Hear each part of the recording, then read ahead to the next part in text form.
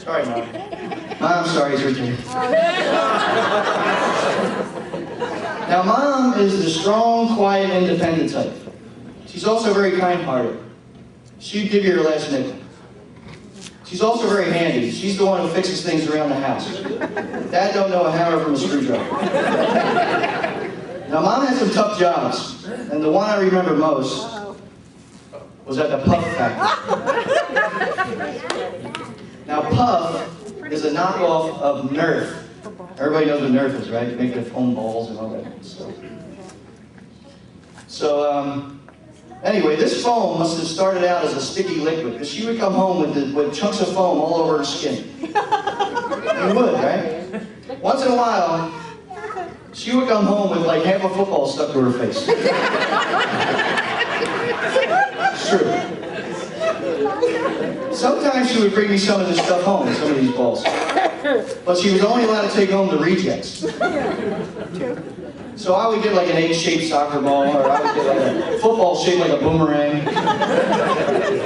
I take this stuff outside, and the other kids in the neighborhood would usually make fun of me and give me a beating. That's true.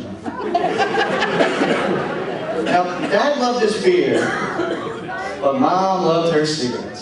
I did. She did. I did. Now, between her smoking and her cooking, our house was in a constant fog. You couldn't see from one room to the next. But since she's quit smoking, and I'm very proud of her for that, but unfortunately, you're still cooking. Now, she loved her smokes. She had this talent, I swear to God, where she could balance 4 inches of ashes off her cigarette. This cigarette never left her mouth. It never did. But she had 4 inches of ashes hanging off this thing. I don't know how she did it. It defied gravity. Now, Mom would get me ready for school in the morning. Yeah, what's wrong with that? Well, you'll see. You may not remember this, but I do. Now, we'd be in the bathroom, and she had this cigarette, you know, with the 4-inch ash hanging off it. And she'd get my hair all parted on the side, and she'd paste it to my head with her saliva.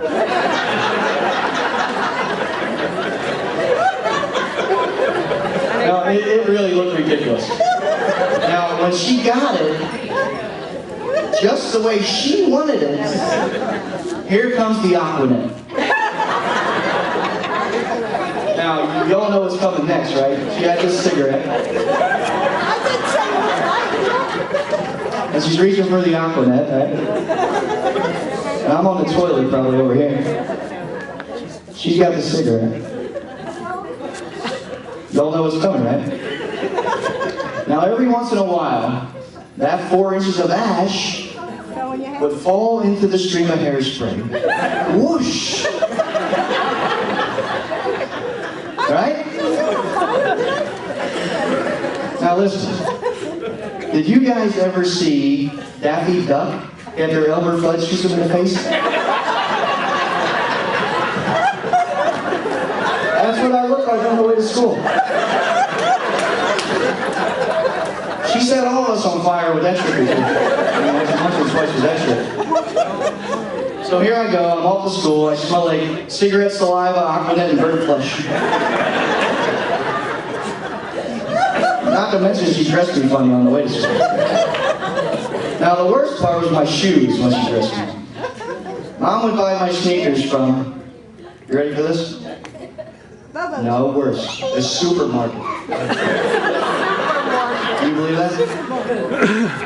Now we would get eggs, milk, maybe a London broil, and a pair of sneakers.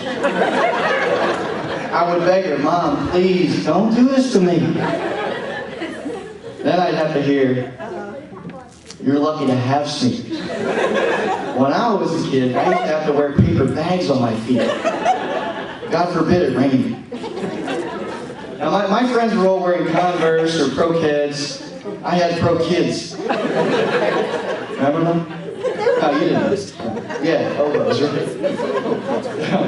Now I bring these sneakers home, I bring these shoes home. I try to doctor them up. I get a Sharpie out, and I draw a Nike logo on the side.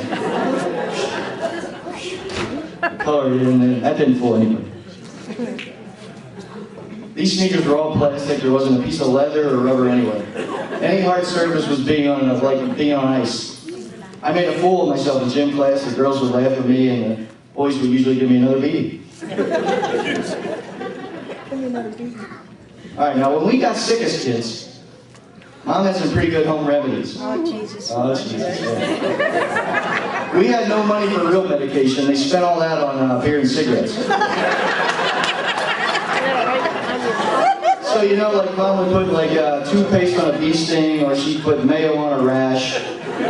But the one that really freaked me out was, get this, if you had a fever in our house. That's true, it worked. I didn't say anything yet. Mom would slice up a big old onion and put them in the bottom of your socks. Now you would walk around with this stuff. Hey, do you remember this, Tony? Now then, listen, 3 days later. Now 3 days later, your fever's gone. Mom say, see, I didn't work. No, I didn't work. Now, you know when you're a kid and you think you know more of your parents? I have pretty good evidence that I did. I'll give you a few examples. Oh, come on, Will. Like a comedian. Now, I knew those onions didn't work. I knew you shouldn't use hairspray near a lit cigarette. And I knew it was a bad idea to drive drunk to Brooklyn with all your kids in the car. And I knew it was not practical to have a horse and a duck in a row house. And I knew you shouldn't keep big money in a box marked big money box. I'm no genius, but stuff like this was pretty obvious. We're getting near the end. Are you joining us? I can do more. Now, Sundays at our house were usually family outing days. We had good times. We'd all get up in the morning, we'd have some burnt bacon and eggs. Then we'd all go out as a family to find where Dad left the car from the night before. It was usually on the neighbor's lawn or on the sidewalk somewhere. But it always turned up, and sometimes he was still in it. All right. Enough of the jokes. I'm going to get serious again for a moment. Now, all right, stop laughing. This is serious. Now, about 10 years ago, Mom and Dad's marriage was in some serious jeopardy.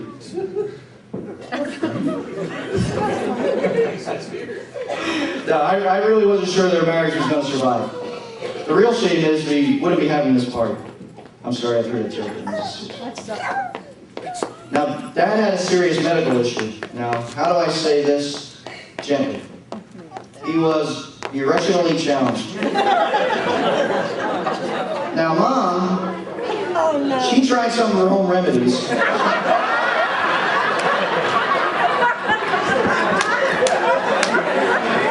got the peanut butter out and was doing her thing with that. She tried some sliced onions in his underwear. Nothing worked. So they had to break down and try some real modern medicine. This was way too important. So long story short, it turns out they owe their marriage and therefore this party to a little blue pill. Thank you, little blue pill. All right, seriously, I'm sorry. We really couldn't have asked for better parents. Well, maybe rich ones, but I'm sure they wouldn't have given me all these great memories. But I would have had better sneakers. Well, as I said earlier, family is most important to Mom and Dad. Now, I know they consider everyone here as part of the family. And Mom and Dad never had a wedding reception. They waited 50 years for this, so let's help them make a great memory tonight. Let's raise our glasses. It's empty. It's empty. Let's raise your empty glasses. They had an intermission. And let's just wish Mom and Dad many more happy, healthy years together. I love you both.